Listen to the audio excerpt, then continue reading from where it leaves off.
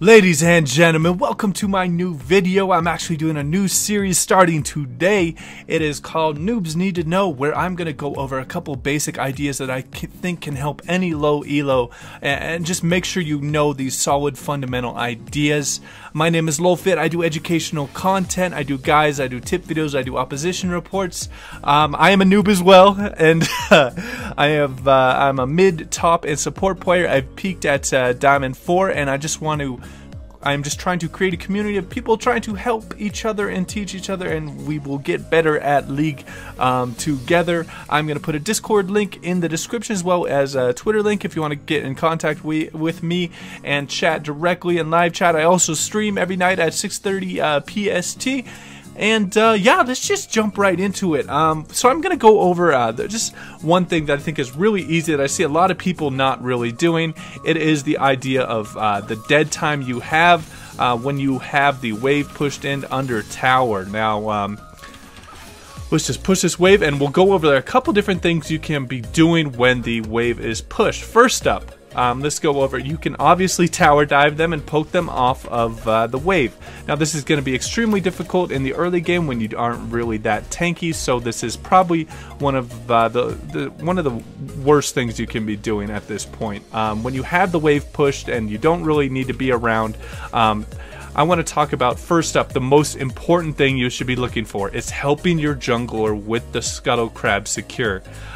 This is really important because they just recently increased how much gold you're getting off the Scuttle Crab, and it's making junglers fight over it a lot, and when you have number advantage in these early skirmishes, it can just be huge.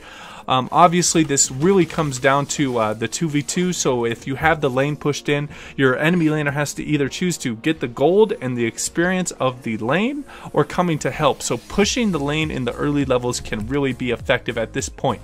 Next up, the thing you can be looked to be doing if the Scuttle Crab is down is just getting a ward or a control ward right here. This is a very high traffic zone of the rift. It's where the jungler might come when he's looking to come up to gank you, and it's also a little bit of a ward that's going to help your mid laner as well. Also, this bush is great for setting up traps because a lot of people come through here, so it's great if you are an assassin to just come down here and sit in the control ward if you smell a gank come into your mid lane and you're just looking to get a pick on the jungler.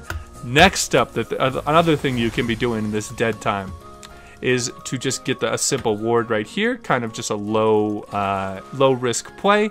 It's just going to ward these the gank routes for the jungler. They're coming from either from Krugs or from Red or from the Raptors. Next up, what you can be looking to do is invade, and this is such a huge way to swing the game in your favor. Just ping your jungler, hey, come here, come help, come help, come help. Let's go get this. Let's try and contest his red. Let's get some deep wards down so we can see the jungler. Now, probably the highest impact thing you can be doing is looking for a pick on the jungler and just further enabling your jungler and disabling their jungler, so it's going to be a really nice swing in the game. Also, just getting a ward right here so you can see the 3 paths that the jungler can be taking, or the top laner, and then also you can see when they're taking the red buff. Now the reason why this ward is so important, either you can ward right here in this bush or right over here, is if your bot lane sees that the jungler's in the top, they're enabled to play more aggressive in the bot lane, and they know that they're safe and that they don't have to waste their wards at the moment because they are under no threat from the jungler here.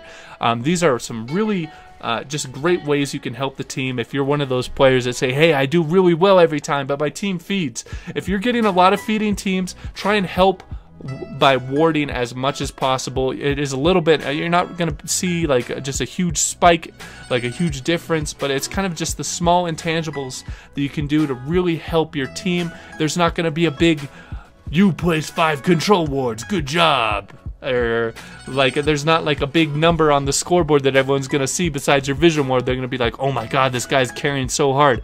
This is just going to be a great way to help you climb. It's not going to be flashy. You're not going to get a bunch of like honors after the game, but if you're serious about climbing, look to just working on these fundamentals. Again, if you can tower dive, tower dive. If you can't, help with the scuttle. If the scuttle's down, do vision ward. If you want to be aggressive and your jungler is a better dueler than them, look to invade, contest red, get vision ward, get these deep wards so you have a lot of knowledge about the jungler, and this is really going to up your game quite a bit. Similar goes with the mid lane. You can either look to do deep wards here or here, and the same thing with the bot lane. If the lane is pushed and you don't want to tower dive, look to get a deep ward either here or here, wherever you really see fit. It really can't hurt to just get as much knowledge as you can, as much vision as you can, so you can make better decisions overall and really just help your team and just catapult your team to the victory.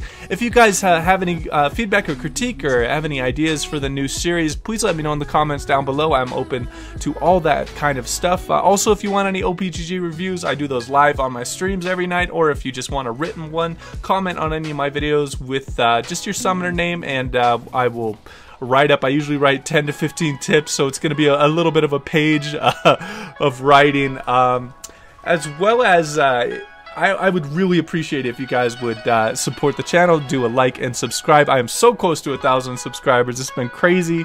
I've been getting so many subscribers lately. I can't thank you guys enough, and I really want to hit that 1K mark. I have so many awesome ideas for the 1K special. And yeah, that will wrap up the video. As always, guys, take it easy.